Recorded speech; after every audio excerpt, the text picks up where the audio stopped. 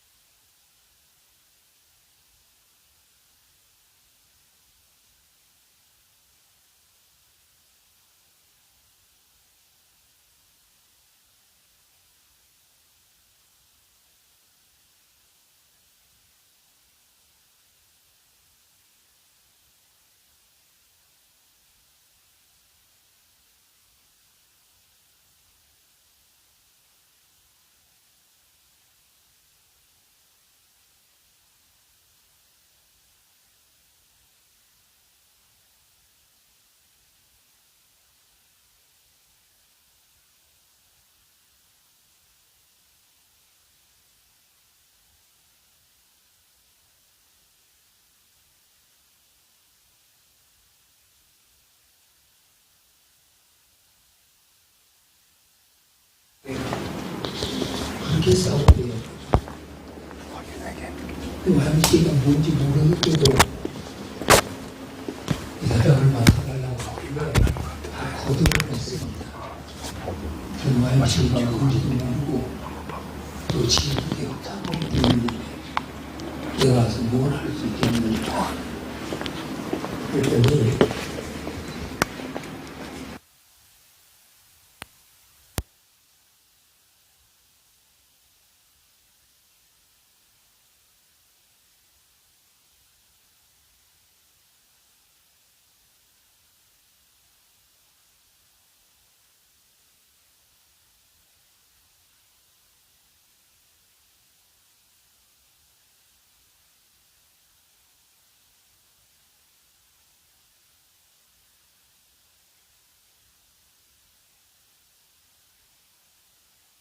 책이 시작됐습니다. 청년들을 그리스도하기 위해서 전혀 거기에서 다 떠나 있었어요. 그래서 매주 월요일마다 직원 예배 드리고 또 그걸 정상적으로 만들어 가는데 우리 이단민 씨가 그때 이사였거든요. 국회의원이 아닐 때였지. 근데 믿음이 전혀 없는 분들이 그렇게 와서 이사를 하고 계속 그 얘기를 했습니다. YMCA 설립 목적문이 뭐냐. 청년들을 그리스도화해서 이 나라를 바로 세워가는 데 쓰임받는 일꾼을 키워가는 게 YMCA 목적문이 아니냐. 목적에서 변질되면 그 단체는 잘못되게 되어 있다. 지금 이제 많이 정상화됐어요. 하남대 총장하셨던 장로님이 이사장을 하시고 그다음에 조광희 장로님이 이사장을 하고 오면서 많이 신앙 안으로 들어온 것 같아요.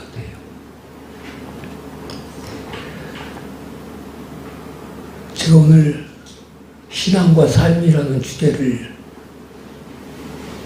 택한 것은 오늘의 그리스도인들이 삶이 없다는 거죠. 여러분, 초대교회 1세기 그리스도인들과 오늘의 그리스도인들의 차이를 말하라고 하면 뭐가 차이일 것 같습니까? 성경이 초대교회 교인들을 기록하기에 두 가지 딱 단어가 나옵니다. 하나는 초대교회는 엄청나게 핍박을 받았어요. 그런데 핍박을 받으면서도 성경은 또 저들을 칭찬했습니다. 온 백성이 칭송하더라. 핍박과 칭송, 전혀 이질적인 단어지 않아요? 유대교회의 교리에 위반되기 때문에 저들은 핍박을 받았지만 뭘 칭찬했어요? 저들의 일관된 삶, 저들의 믿음, 그리고 저들의 공동체의 사랑, 그걸 보며 믿지 않는 사람들이 칭찬을 한 거지요. 오늘의 교회는 핍박이 없어요. 물론 비난은 있지만 그렇게 초대교회 같이 핍박이 없어요. 그렇다고 해서 불신자들이 오늘의 교회를 칭찬하느냐 하면 칭찬도 없어요. 이게 지금 오늘 한국교회의 가장 큰 문제 아니에요? 믿음이 뭘로 드러나요? 삶으로 드러나야 합니다. 예수님의 가장 위대한 설교는 그분의 삶이셨습니다. 제가 우리 부교육자들한테도 늘 했던 이야기가 목사의 설교도 삶으로 드러나야 한다. 삶이 설교가 되어야 한다.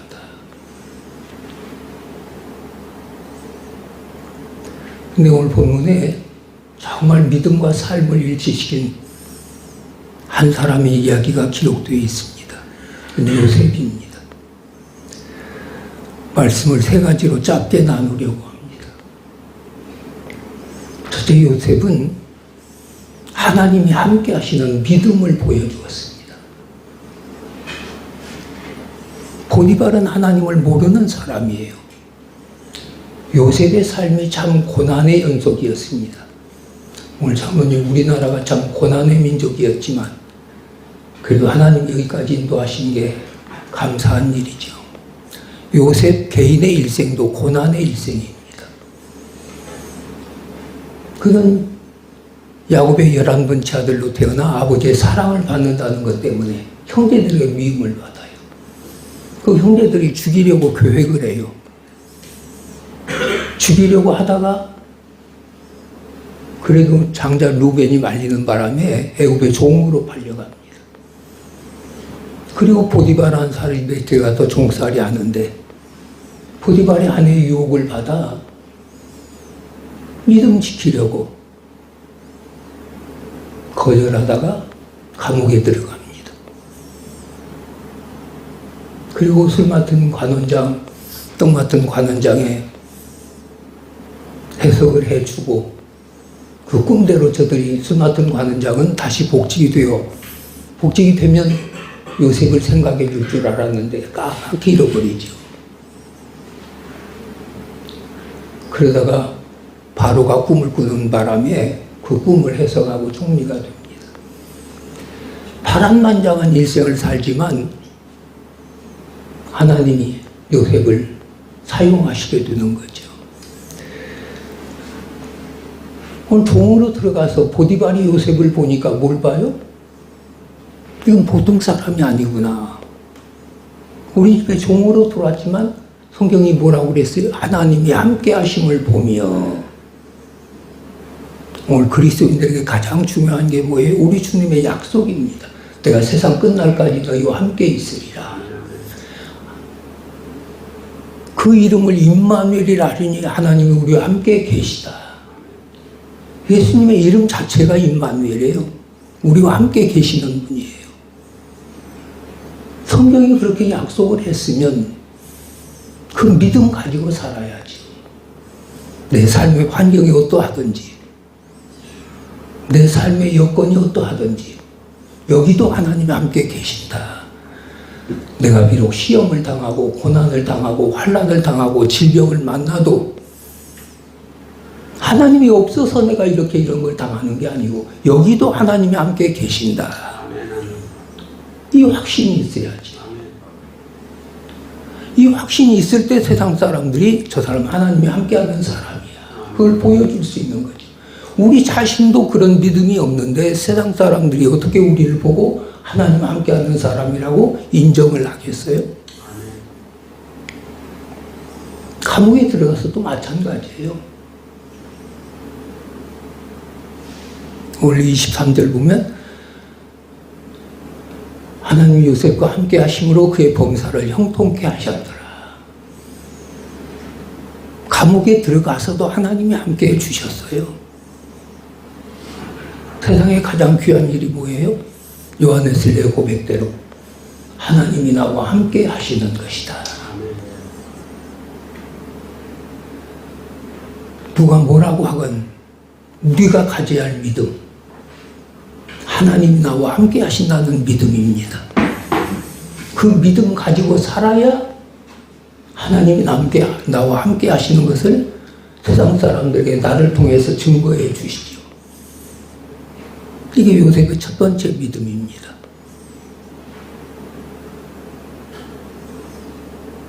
오늘 본문에 보면 그랬잖아요. 자기 모든 걸 다 요셉에게 위임하고 자기 식료 외에는 간섭하지 아니하였더라. 보디발이라는 사람은 굉장히 부자였을 거예요. 부정축제에서 돈도 많이 벌었을 거예요. 근데 그걸 다 요셉에게 맡겼다는 이야기. 여러분, 내 주머니에 있는 돈 지갑 아무한테나 맡길 수 있어요? 믿음이 없으면 못 맡기죠.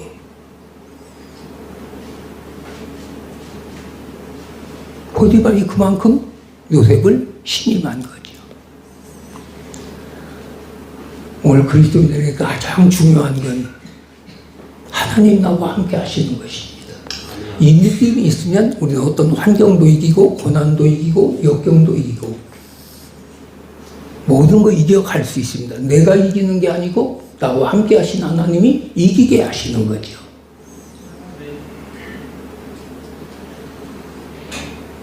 두 번째, 요셉은 하나님 앞에 다른 사람의 신뢰받는 삶을 살았습니다. 오늘 그리스도인들이 세상 사람에게 어떻게 인정받아야 돼요? 참 예수 믿는 사람 다르다.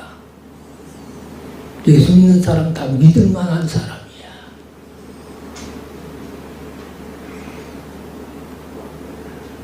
오늘 신뢰가 깨지는 신용불량자라는 말을 사회가 많이 씁니다만 오늘 세상 사람들이 오늘의 그리스도인을 보면서 저 사람은 예수 믿는 사람이기 때문에 믿을 만한 사람이야. 저 사람은 하나님을 믿는 사람이기 때문에 믿을 만한 사람이야. 이거 인정받으면 우리가 아무리 입으로 복음을 전해도 복음의 문이 닫혀집니다. 목회하면서 초전도를 가고 노방전도를 가면 전에 저도 예수 믿었었어요. 저도 한때는 교회를 잘 다녔어요. 지금은 안 다닙니다. 왜? 누구 때문에? 목사 때문에, 장로님 때문에, 권하임 때문에. 뭐 이유야 모르죠. 그 사람들이 그렇게 말하는 데는 이유가 있을 거예요. 그렇게 열심히 다니던 사람들이, 그렇게 직분 가지고 충성하던 사람들이. 왜 예수님이 우리를 세상의 빛이라고 그랬어요? 왜 우리를 세상의 소금이라고 그랬어요? 왜 우리를 그리스도의 편지라고 그랬어요? 왜 우리를 그리스도의 향기라고 그랬어요? 오늘의 그리스도인들이 과연 세상에 빛된 삶을 사느냐는 것입니다.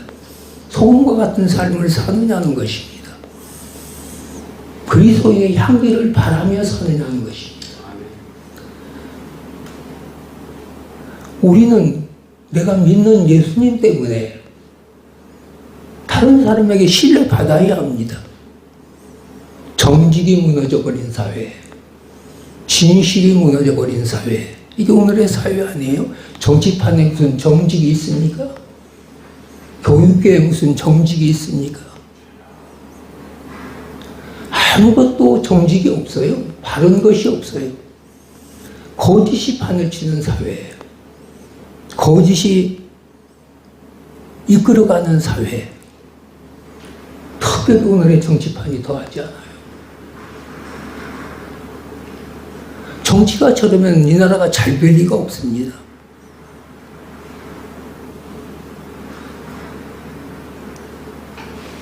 우리는 내가 살아가는 그 자리, 거기가 다른 사람에게 신뢰받는 삶이 되어야 합니다. 아멘. 크게 생각할 거 없어요. 내가 빛이 돼야 돼요. 내가 소금이 돼야 돼요. 내가 향기가 돼야 돼요. 저 우리 윤 장로님 보면서 참 대단한 분이시다. 혼자 피켓 들고 작년 그 뜨거운 여름에 동성애 반대하는 그 일을 하셨잖아요. 저도 좀 나가서 돕다 늘 생각만 했지 전혀 그걸 못했는데 참 대단하신 분이다. 참 제 설교 부탁할 때마다 제가 거절을 못해요. 그래서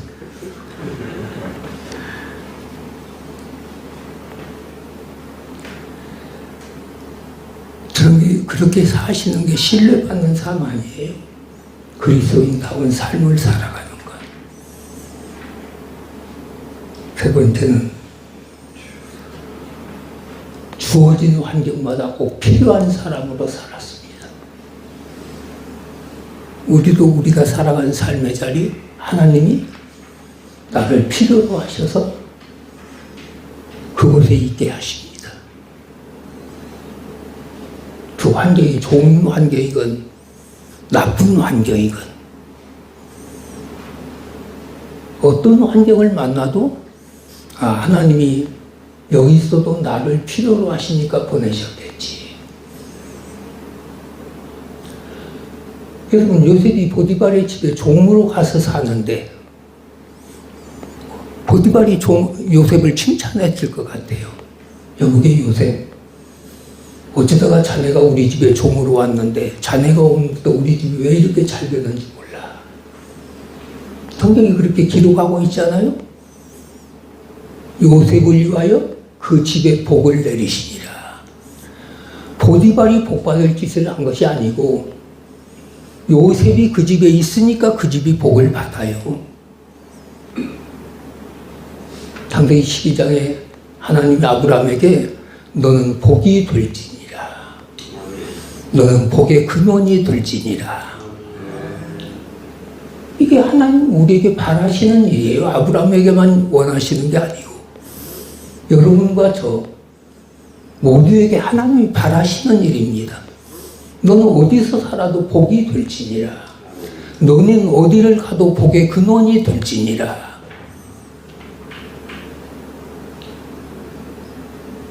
감옥에 들어가도 마찬가지예요. 간수장이 아마 요셉에게 그랬을 거예요. 왜? 간수장이 요셉에게 재반 사물을 다 획득하고 간섭하지 아니하였더라.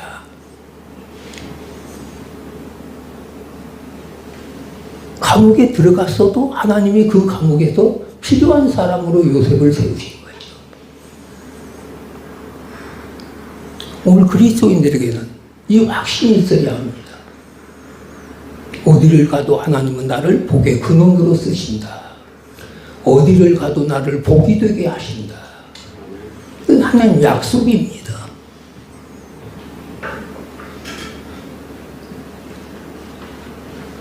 우리는 교회를 들어가면서 제일 많이 듣는 이야기가 믿음입니다. 믿는 자가 되어라. 믿음 있는 자가 되어라. 그런데도 그 믿음을 삶으로 연결을 하지 못합니다. 야고보 사도가 행함이 없는 믿음은 죽은 믿음이다. 한국교회가 믿음만 강조하면서 엄청난 부흥과 성장을 가져왔습니다. 삶을 안 가르쳤다는 이야기죠. 행함을 안 가르쳤다는 이야기죠. 믿음과 삶은 분리될 수 없습니다. 내 믿음은 내 삶으로 드러나야 합니다.